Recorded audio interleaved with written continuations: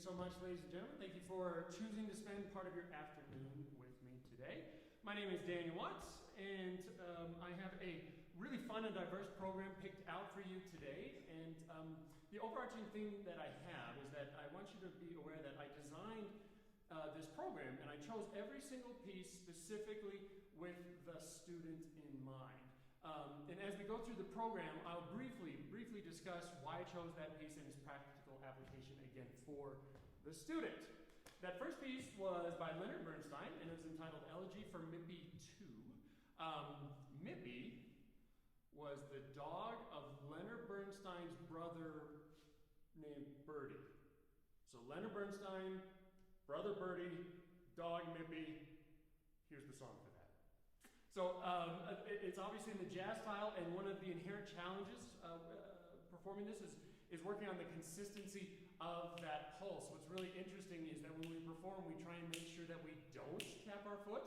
We'll do the exact opposite and make sure that you do tap your foot and see if you can keep a steady pulse, especially with those syncopations that keep happening inherently throughout the piece. So it's a great short unaccompanied piece, and I think that for students, it acts as a great recital opener. At least I hope so. Next on the program is a jury staple. This is by Joseph Ropartz. This is Andante and Allegro. Now, much of our greatest and most performed solo repertoire comes from the Paris Conservatory solo contest pieces of the early 20th century. And as they are contest pieces, they're called contest pieces or test pieces, and they're very similar to our jury pieces. And so they were designed to cover all various aspects, various components of performing the instrument, such as covering the range, playing high and low, your dynamic control, playing loud and soft, your musical and technical abilities often utilized in the slow and fast, often, or in this case, represented by the Andante and the Allegro.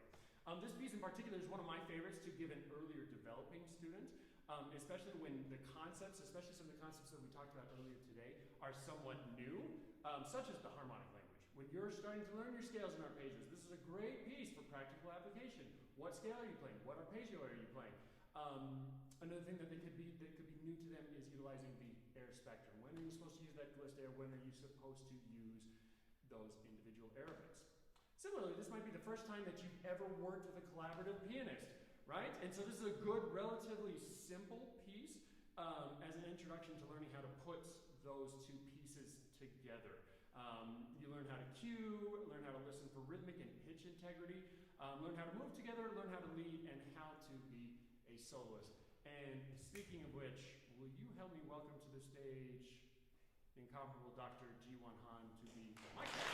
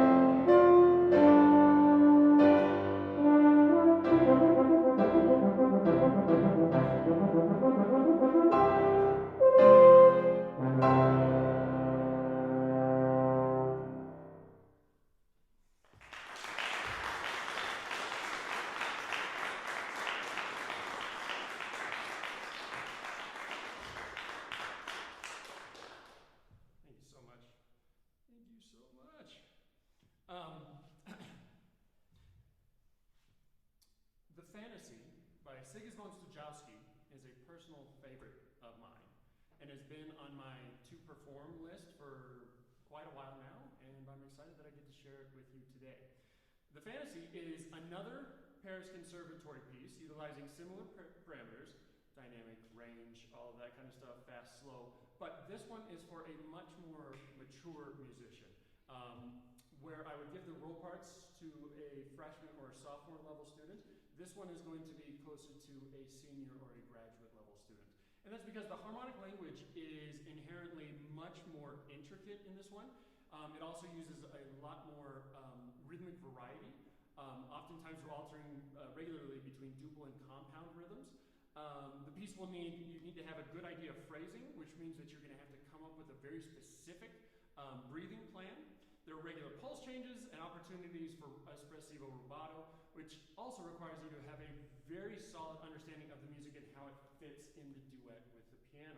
Overall, the student must know the piece much more thoroughly and have a much greater command over the instrument in order to perform this piece with a greater sense of musical intent.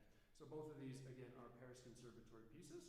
And please enjoy The Fantasy by Sigismund Stojowski.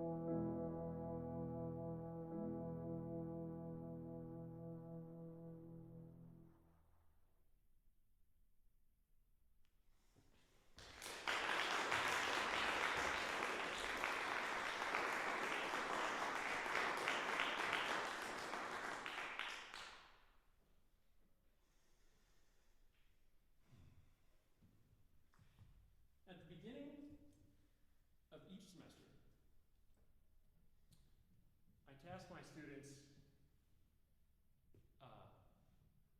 with a commission to see if they can choose their own jury piece. We have this wonderful tool at our disposal. I don't know if you've ever heard of it. I think it's called YouTube, where you can discover and listen to new music. And so what I'll do is I'll say right at the very first lesson, I'll say, start looking into your jury piece. What do you want to play?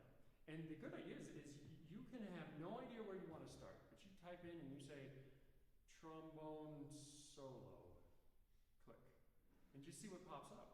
And the cool thing is that when you start listening to something, you hopefully start going down a rabbit hole because then there's other things that are suggested for you.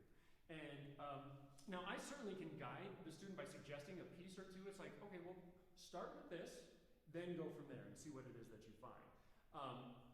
Or I can encourage them to look up a certain musician, but the idea is to let the student do the research and then return to me with music that interests them.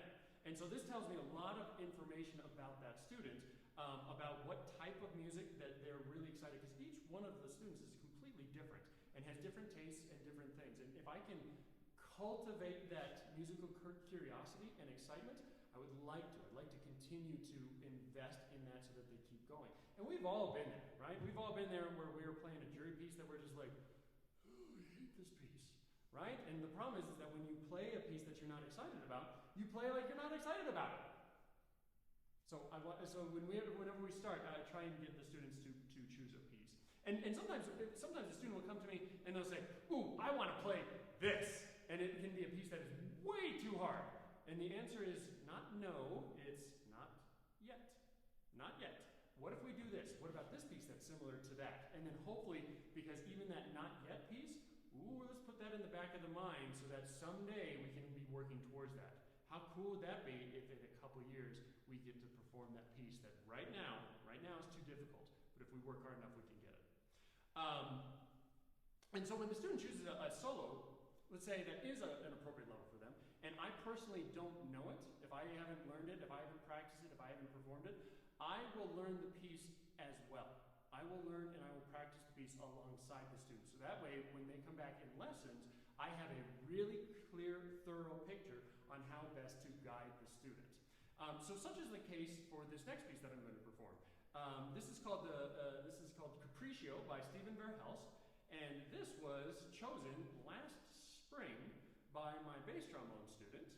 And when he brought that, I said, this is great. I had heard it, but I had never worked it. So I decided to work it up alongside him last spring.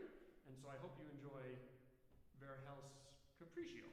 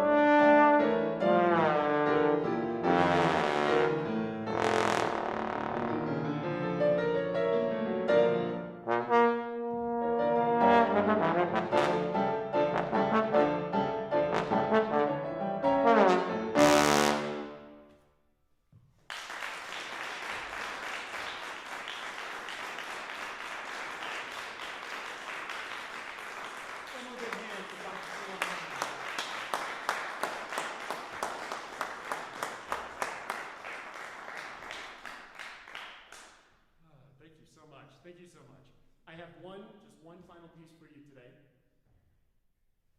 And as we discussed again early this morning, I strive to make everything in my teaching be immediately tangible. I want you to be able to understand right now. I want you to be able to engage right now. And so that's why I'm a huge fan of the music of Brian Sadler and his writing for solo instruments with digital accompaniments. He writes extremely fun music that is very, very cinematic in nature and quite easy to listen to. I promise you are going to be able to understand it right now. Since this piece just requires a couple of loudspeakers to perform, it's very easy to take this piece of music to a middle school, to a high school, to perform in different places. So before I perform the piece, I'll tell them, I've got the soundtrack. You're the director of the movie. Listen to what's happening in the music, and you tell me what's happening in this movie. Tell me, who's the hero? What's the setting?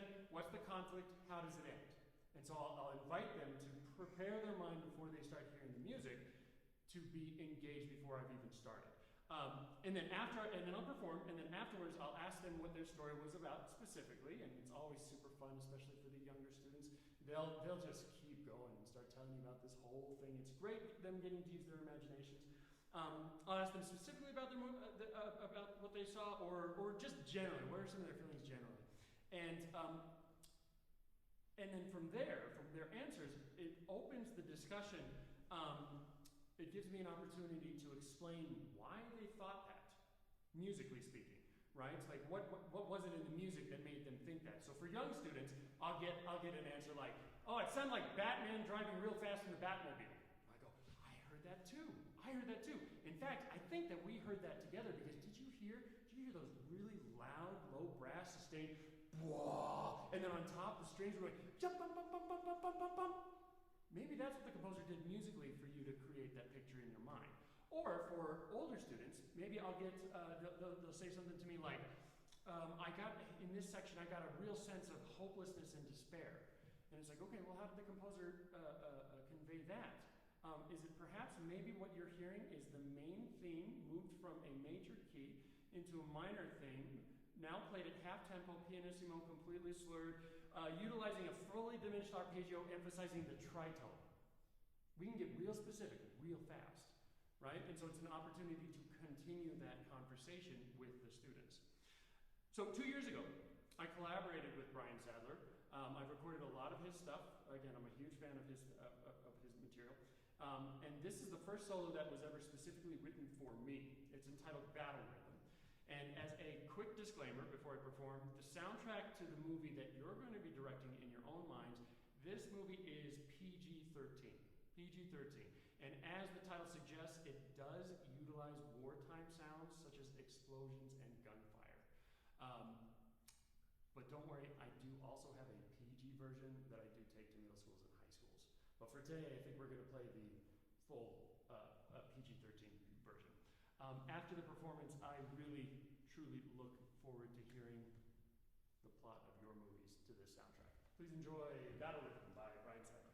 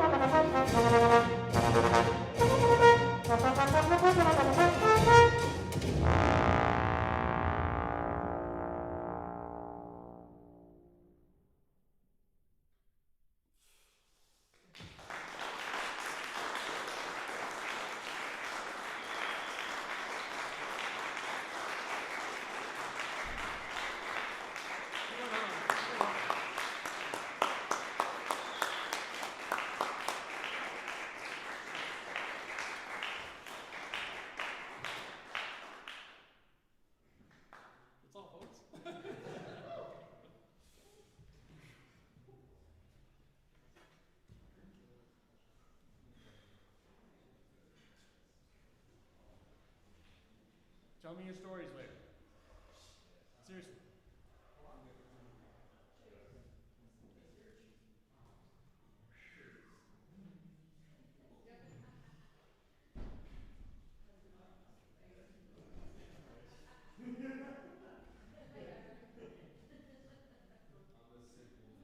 I had the water there the whole time. I didn't even take a sip. I got to catch